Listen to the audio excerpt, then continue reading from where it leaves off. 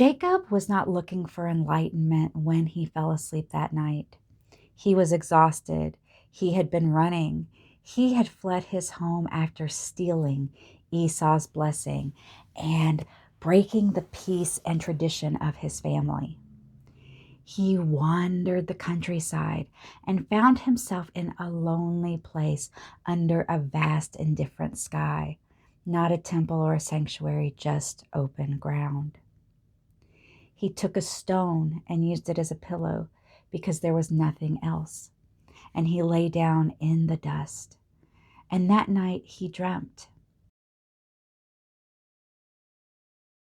Not a dream of comfort or reassurance. He dreamt of a ladder set upon the earth, its top reaching through the clouds and all the way into heaven. And on it he saw angels, living flames, beings of pure movement, ascending and descending upon it. Not ascending and staying, ascending and then descending.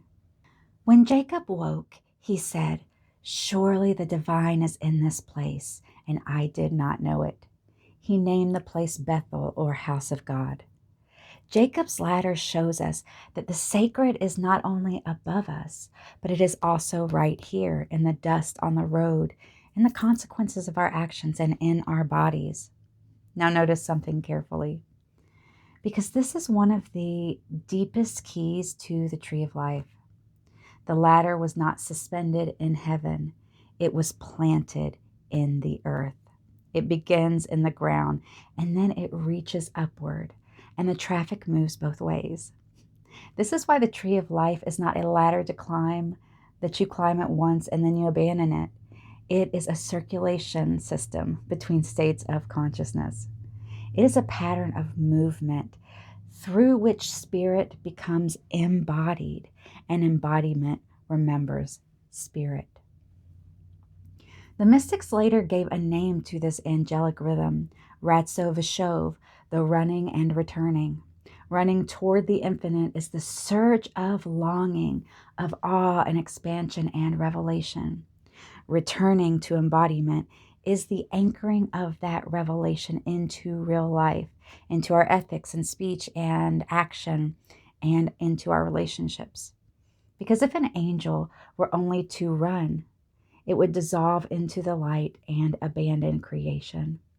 If an angel were only to return without ever lifting its gaze back up to heaven, it would forget why it existed at all. And so the angels live in that rhythm.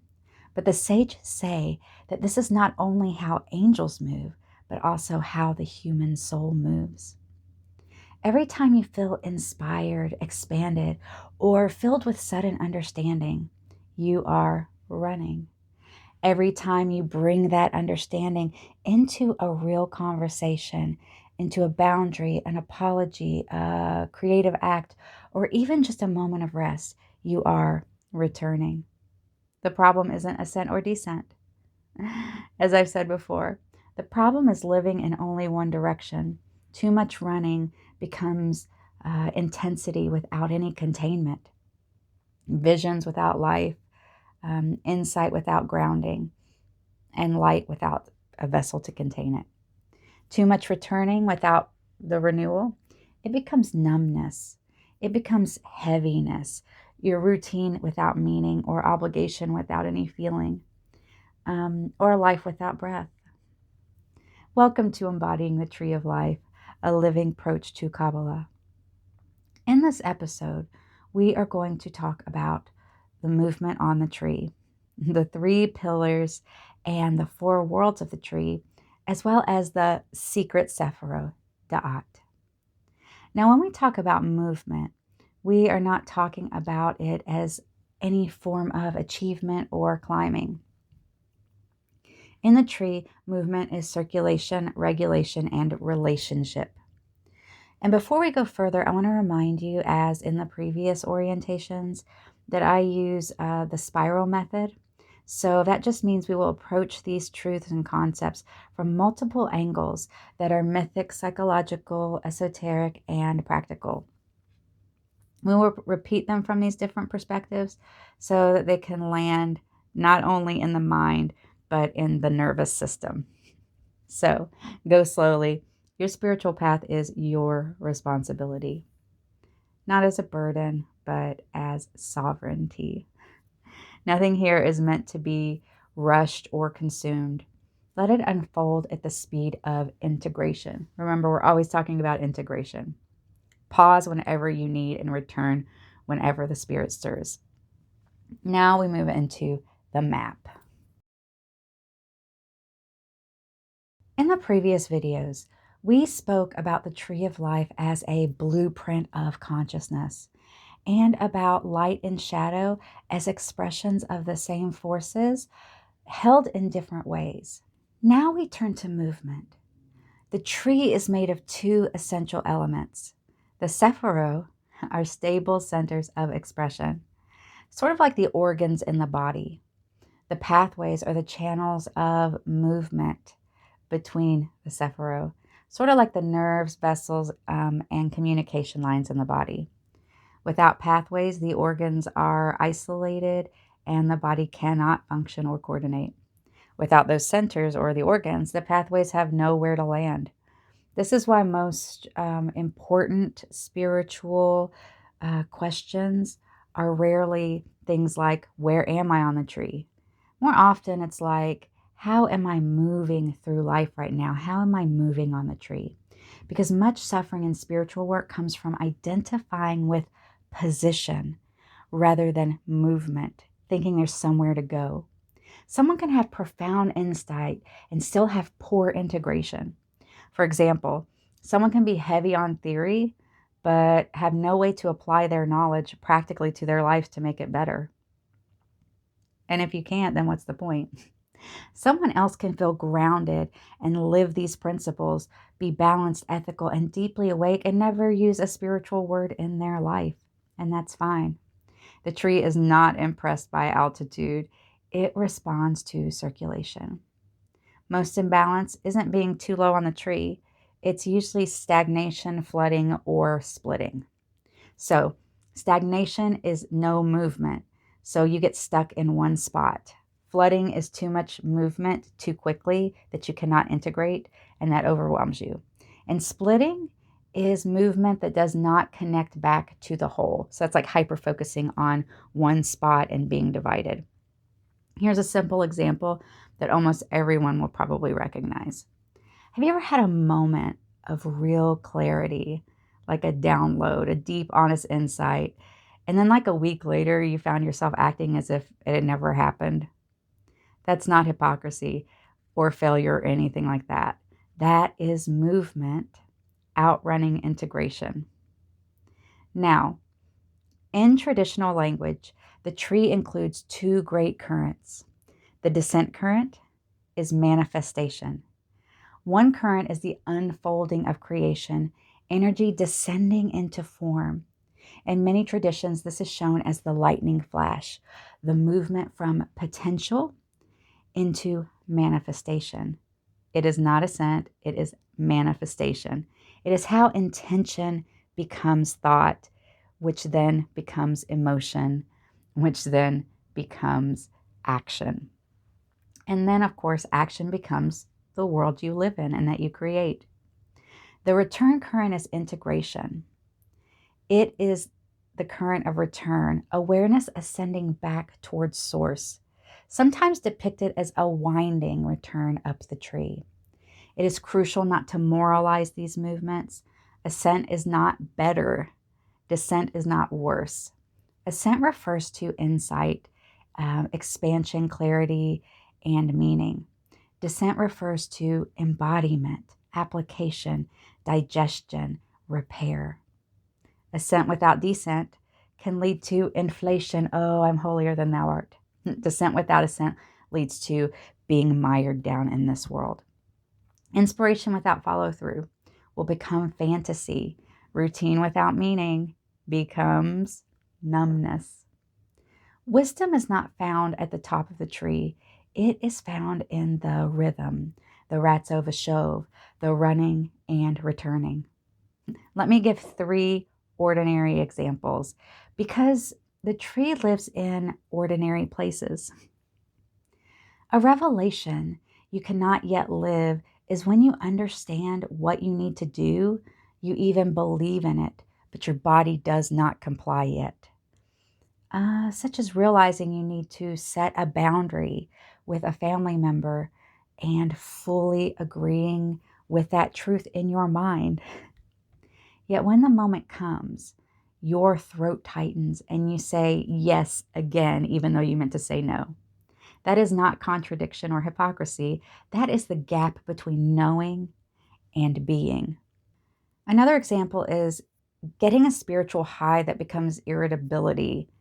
Sometimes when you touch something beautiful and profound, you can become impatient with everyone and with real life. This could be shown if you went to like a spiritual retreat and when you left, you felt open and expansive, only to find yourself snapping at your partner over something small because ordinary life suddenly feels dense and slow. That doesn't mean love is false. It means that the nervous system has not yet found a way to hold the voltage that has come through. A third example is grounding that becomes resignation. This is when someone becomes very practical and realistic, but then the soul dries out. There's no pizzazz or flair, such as telling yourself you were just being very mature and responsible, while quietly abandoning a creative dream or having fun or playing, things that made you feel alive, convincing yourself it was unrealistic when in truth, something tender in you simply stopped reaching. That is descent without renewal, returning without ever running. The tree is not asking you to choose one current. It is asking you to circulate. This is where we approach the three pillars, which are not just mystical, but psychological as well. The tree is organized around three primary currents called pillars. These are not moral categories and they're not good versus evil. They are forces of regulation. The way that consciousness balances itself within. The right pillar is expansion, also called mercy. This current emphasizes, obviously, mercy, generosity, openness, warmth, meaning, and blessing. In life, it practically looks like trust, forgiveness, enthusiasm, when you have creative flow, the urge to help others and to give. In Jungian language, this expansion current resonates with the archetypal forces like the lover, which is connection and devotion, the magician, which is creative will and meaning making, and the caregiver, which is a nurturing and compassionate person. In balance, the right pillar opens up your life. In distortion, it becomes over rescuing instead of loving, or indulgence instead of joy, bypassing instead of having compassion, and inflating yourself instead of just having pure faith. The left pillar is contraction, also called severity. This current emphasizes structure, discernment, when you have boundaries, clarity, limitation, and consequence. In practical life, it looks like having integrity, having containment, saying no, being precise, and being responsible. Psychologically, it resonates with the ruler, which is order and governance, the warrior, which is discipline and projection, and the inner judge, which is discernment. In balance, the left pillar stabilizes your life. In distortion, it becomes rigid or cruel instead of having clarity. It could be control instead of discipline and cynicism instead of discernment. It also could be something like punishment instead of natural consequences. Now, the middle pillar is integration. It is not compromising between the two, and it's not like halfway. It is the capacity to hold tension consciously between the two sides without collapsing into either extreme. The middle pillar is where opposites become workable together. Love is held by discernment, so that you just aren't flailing around. Discernment is softened by love.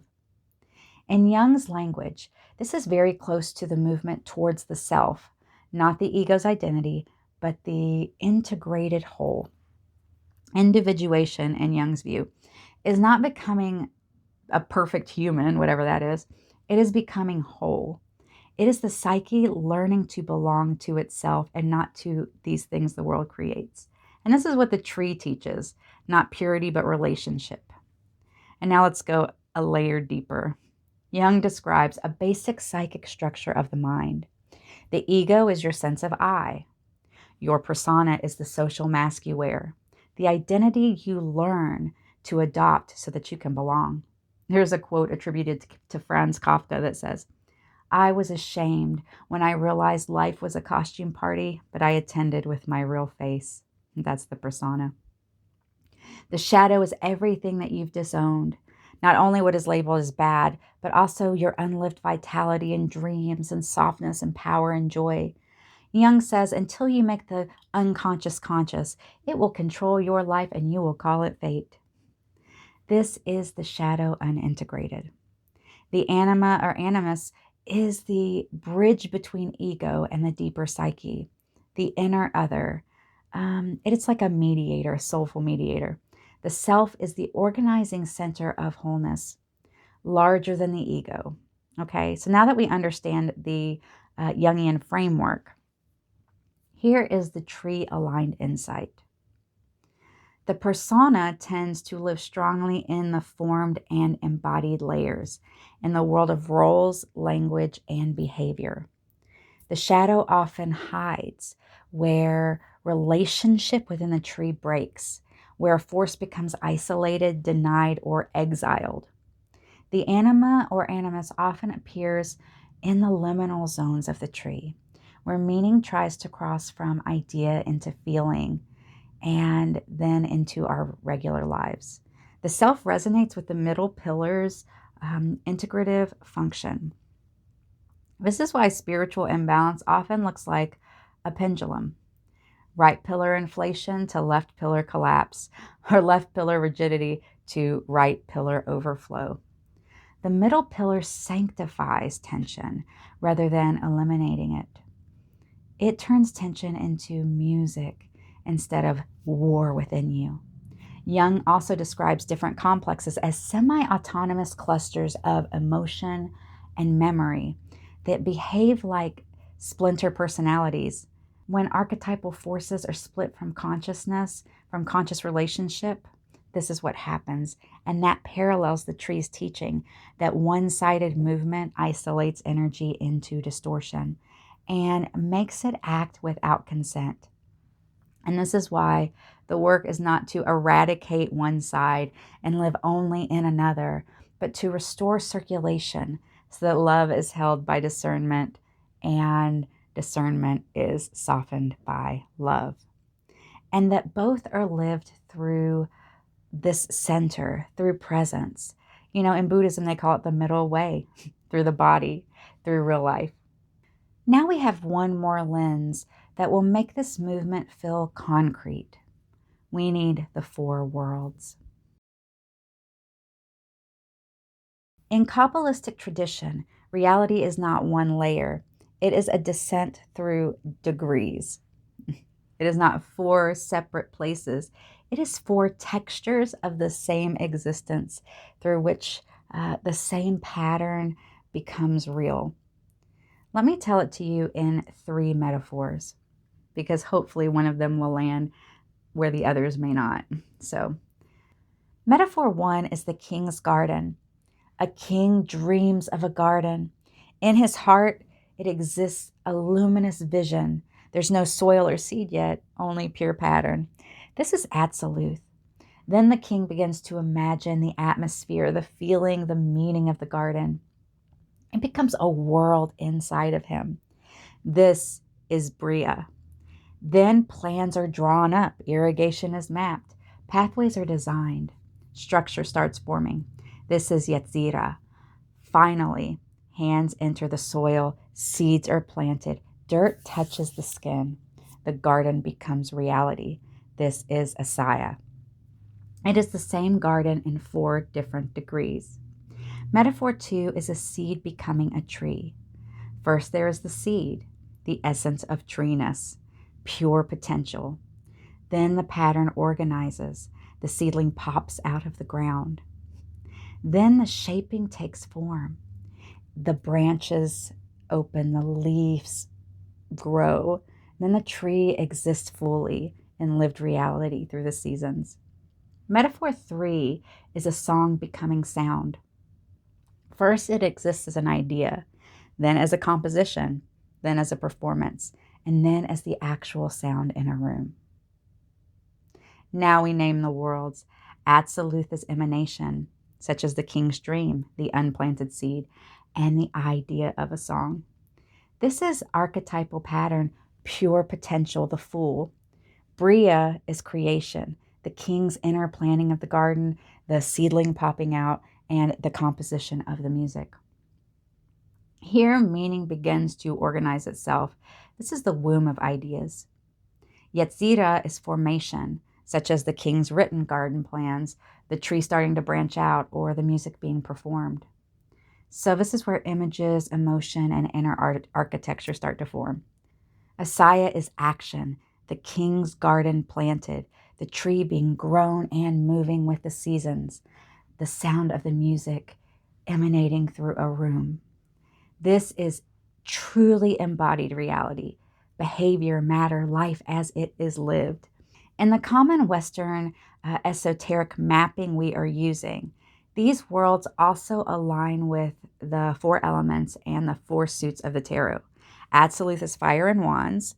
It is archetypal will, spark, and pure impulse of becoming. Bria is water and cups. So that is soul, emotion, meaning, the imaginal world, and the deep, deep feeling world. Yetzira is air and swords. It is the mind, perception, structure, and patterning. Asaya is earth and pentacles. It is body, going to work, dealing with time and material life. And here's why this matters practically. Sometimes people try to solve an Asaya or real world problem, something embodied and behavioral. Sometimes they try to solve that using only absolute or spiritual language or theoretical language. They try to understand their way out of grief, or they try to affirm their way out of trauma. They try to conceptualize their way into a regulated nervous system. But the tree teaches different correspondences. Each world requires its own medicine. Absolute asks, which archetype are you embodying, and what the deep pattern is in your subconscious mind. Bria asks, what meaning is being born, and what story are you living? What story are you repeating to yourself over and over again? Yetzira asks, what feelings, images, and inner formations are shaping this? What conscious patterns are shaping you and your life? And then Asaya asks, what must be done, repaired, embodied, and chosen in order to heal and integrate, therefore making your life better? A spiritual life is not choosing one world and rejecting the others. It is learning to move between them without getting lost. And here is the humility of the tree. Asaya is not the lowest as an insult. Asaya is where the sparks are gathered. Asaya is where the Shekinah, the sacred spirit of creation, is found. Asaya is where the tree becomes honest. So if you want to feel the 4 worlds in your daily life, an impulse of pure inspiration appears in absolute, fire, wands. It forms into intention and meaning in Bria, water, cups. It then shapes your thought, your image, your plans, and your inner structures in Yetzira, air, which is swords. And then it becomes a real choice, an action, a boundary, a repair, or even rest here in Asaya, earth, and pentacles. That is the tree moving through the worlds. The health of your path depends on whether you can complete the descent and ascent again and again without losing the thread. And now we're going to spiral into the myth of descent itself, because descent is where many people get afraid. To understand descent, we will start with Innana. Innana is the queen of heaven, radiant, powerful, and crowned. She decides, for reasons that vary across tellings, to descend into the underworld, the realm of her sister, the place of death, of shadow, and truth without ornament. In some tellings, she descends as a quest to expand her own sovereignty even over death, and to claim her authority in her sister's realm. In other tellings, she descends as a confrontation born of grief and rivalry after the death of her sister's consort. In each version, she approaches the first gate, and the gatekeeper says, "This is the law of the underworld," and he removes her crown. At the second gate, he removes her necklace. At the third, her breastplate. At the fourth, the ornaments at her waist. Gate by gate, symbol by symbol, she is stripped. Not because she's being punished, but because the underworld does not accept inflation of any kind. By the time she reaches the throne room, she stands naked. She is judged. In some tellings, she is killed or hung and left there. She is powerless and exposed. She has no persona left, no jewelry, no story to protect her. This is the psychological truth of descent. You cannot carry the crown into the depths unless you are willing to be stripped of what you used to be. This is not failure. It is initiation. In Jungian language, this is the confrontation with the shadow, your disowned psychic material. It's not just darkness. It is the unlived life force, the parts of you that were unwelcome. It is the truth that you were not allowed to hold even when you wanted to, the emotions you learned to exile within yourself. Jung also taught that individuation requires meeting the anima or animus, the inner other that mediates between the ego and the unconscious mind. This messenger leads you deeper and also back out again. Innana eventually returns, but she does not return as the same queen. She returns as someone who has been through the underworld and can no longer pretend that she has not. That is the tree's teaching. Ascent without descent becomes delusion. Without descent, the crown sits on an unstable head. Now let's spiral back to tarot, because tarot is one of the most precise image languages for all of this information. In the Western esoteric tradition, the 22 major arcana cards are mapped onto the 22 pathways of the tree. The majors are not events, they are archetypal reorganizations of identity. For example, the Fool is unconditioned potential. The Magician is directed will and agency. And the High Priestess is inner knowing and the gate of the unconscious mind. The Empress is generative abundance. And the Emperor is structure and order. Death is transformation. And the Tower is destabilization. And of course, the World is integration in form. Every one of these archetypes has a light and a shadow. Archetypes are not moral, they are voltage. A force held in relationship becomes medicine. A force isolated becomes distortion. The tree is not only made of initiations, it is made of Tuesday afternoons, of getting stuck in traffic, of doing the dishes. This is where the minor arcana, like 1, 2, 3, 4, 5, those become essential. The minors show how archetypal forces land in your daily life, including the way you think, the way you feel, different conflicts, going to work, spending money, trying to find time, how your body's working, how your relationships are doing. The suits mirror the four worlds and the elements. Wands and fire express drive, spark, will, and creative eruption. Cups and water express your feelings, your longing, your devotion, and relational flow. Swords and air are all about your mind, your perception, how you handle conflict, how you cut through to clarity. And pentacles and earth express body, work, resources, time, and obviously physical manifestation. So you can diagnose an imbalance by this suit language. A surge of wand energy that never becomes grounded by pentacles is inspiration that never becomes embodied and stays in the idea realm. Too many swords without cups is mind without emotion or clarity without compassion. But cups without swords can become feeling everything but having no discernment. Pentacles without wands can become being super stable but not having any vitality. And now let's talk about the court cards. These are the people cards.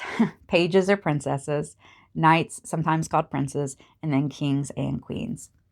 The court cards are often misunderstood as literal people, but the courts are modes of embodiment. So modes of embodiment, how an element lives through the psyche across time.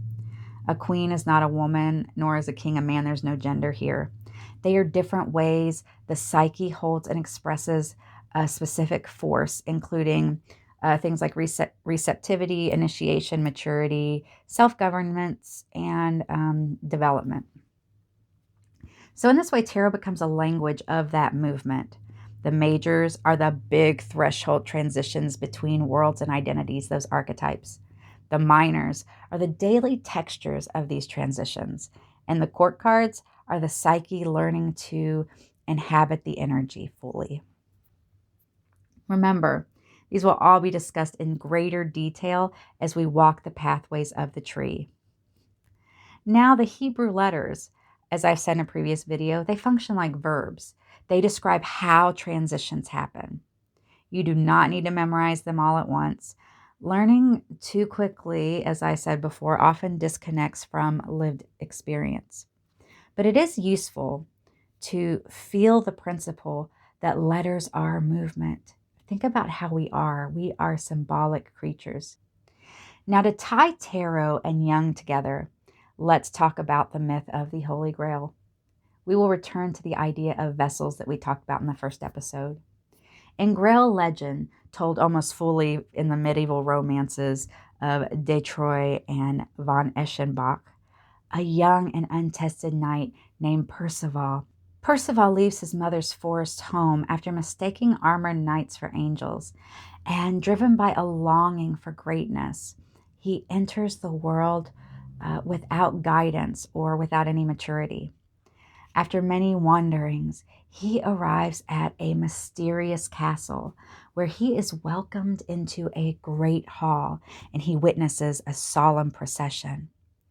A bleeding lance is carried before him, then a radiant grail borne by a maiden whose light fills the entire chamber.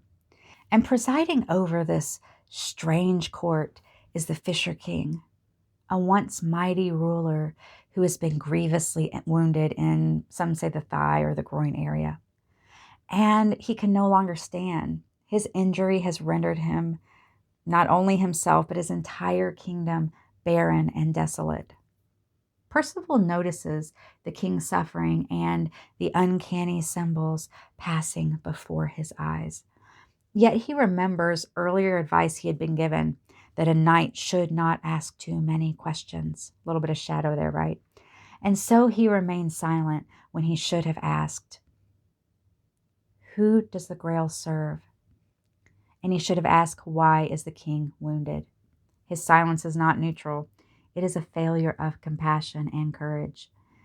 And because he does not ask these questions, these healing questions, the king remains wounded and the land remains a wasteland. Percival awakens the next morning only to find that the enchanted mystical castle is now empty. Only years later, after more wandering, suffering, confronting his pride, and recognizing that his earlier silence came from immaturity rather than wisdom, only then does Percival return. And now he's prepared and humbled enough to ask the right question.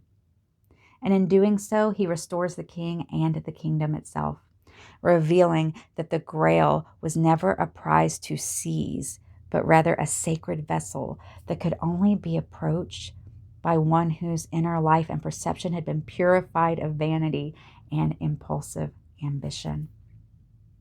This mirrors the myth of the shattering of the vessels told in the first episode. In this, the primordial containers formed to hold the divine light cracked because they were not capable of sustaining such intensity. And so they scattered sparks throughout creation and taught us that power without preparation fragments the structure meant to hold it. Likewise, the myth of Innana is told in many ways, but in each one she passes through the 7 gates and is stripped of crown, jewels, and garments until she stands exposed before the throne of the underworld and is judged, demonstrating that descent, well, it becomes necessary when identity has grown inflated or when power has not yet been integrated.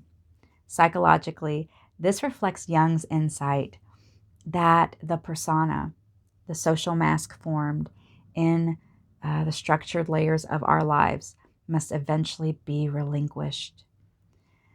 This is so that the shadow, composed of the rejected qualities and unlived potentials, can be encountered directly rather than just projected outwardly, and that the anima or animus serves as a mediating figure who guides the ego into deeper layers of psyche and back again.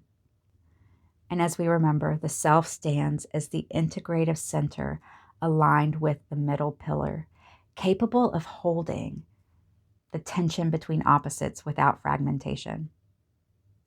Jung described different complexes that people get as semi-autonomous clusters of emotion and memory that behave like splinter personalities when archetypal forces are split from conscious relationship.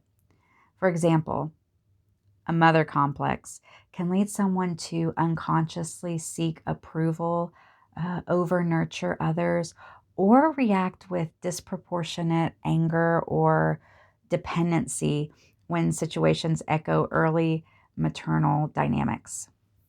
Another example is a father complex, which may show up as compulsive rebellion against authority or chronic self-doubt when you are around strong leadership figures.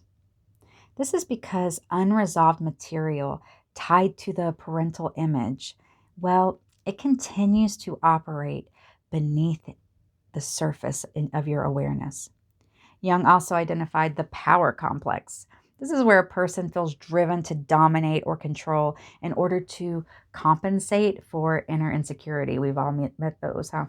Similarly, an inferiority complex can cause someone to consistently underestimate themselves and withdraw from opportunity. This is because a deeply charged narrative of inadequacy has taken on a life of its own inside. These examples illustrate that archetypal energies, when not consciously integrated, do not disappear. They organize into patterns. These patterns think, feel, and react within us, as if they were independent personalities. Have you ever felt like that before? Like someone else was taking the wheel? This parallels the tree's teaching that one-sided movement isolates energy into distortion.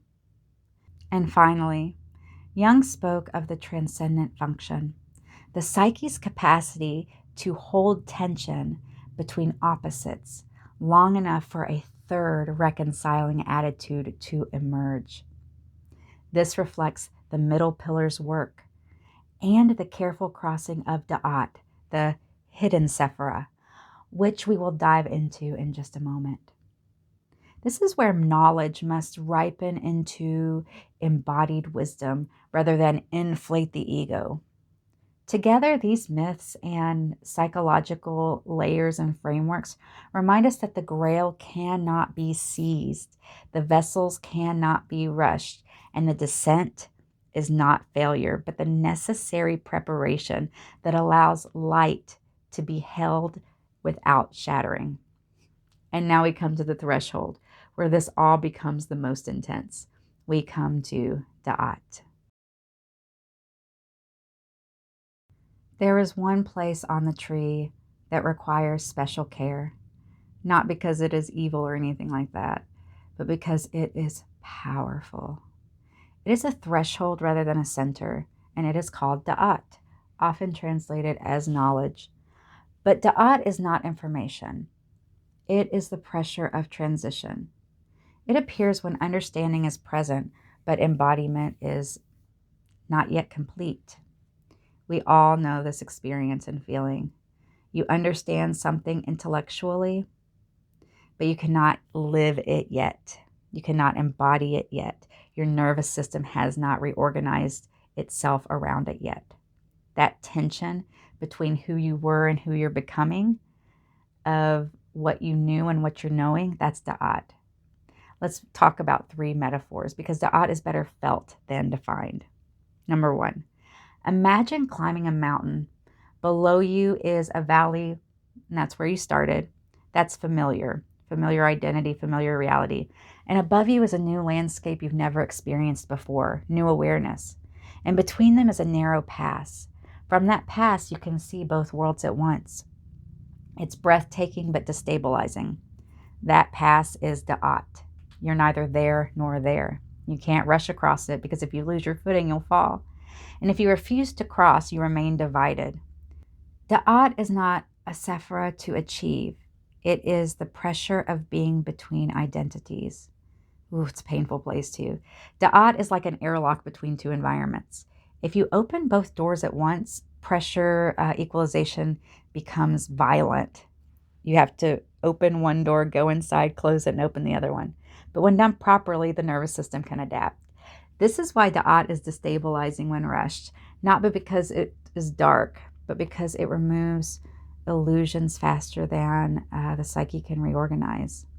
Da'at is what it feels like when the psyche is running a system update. Example 3. The old operating system no longer works. The new one has not been installed yet. So everything feels glitchy for a while. And you feel kind of in between. Now here's the core law repeated because it is the safeguard of the whole tree. Movement must always be matched by integration. Most imbalance on the tree does not come from what is encountered on the tree, even on the cliff off the dark side, the distortions. It is from being encountered too quickly. Da'at, approached naturally, facilitates integration. Da'at fixated on or pursued can destabilize your identity. It can inflate your ego or dissolve your grounding. This is not because it is bad. It is just very powerful. This is why Da'at is not a destination. As I said earlier, it is a threshold. Jacob's ladder rests upon it. Movement both ways. Innana passes through it, stripped of inflation, and the grail must withstand it, vessel before power. Now later in this series, Da'at will be explored in its own dedicated video. But for now, it is enough to know this. If something feels disorienting, overwhelming, or ungrounding, that is not a sign to push forward. It is a sign to descend, to integrate, to slow down, and to return to the body, to the grounding of Malkut, where all wisdom becomes reality. The tree of life is not a hierarchy. It is a circulatory system. It is Jacob's ladder, planted in the earth with angels moving both ways. It is the lightning flash and the winding light. It is Ratzo Vashov, the running and returning, and Innana's descent, stripping illusion so the crown can be real. It is the grail, vessel before power. It is the king's garden, dream to design to structure to soil. It is the song, idea to composition to performance to sound in the room. It is fire becoming earth. It is earth remembering that it is fire. It is the archetype becoming your character, and insight becoming the actions of your life. It is meaning becoming your lived ethics. Now take a moment. Feel your feet, feel your breath, and notice how your body responds to the idea of movement, not upward, but through. And just as a note, just by hearing this, some strange things may happen to you. You don't even have to actively study. A lot of times just hearing this or reading about shadow work will start triggering strange dreams or interesting feelings in your body. And that is why pace and integration is so important. So remember, you've listened. That's enough. Nothing needs to be achieved right now. Movement is already happening. Go in peace, beloveds. Return when the rhythm calls.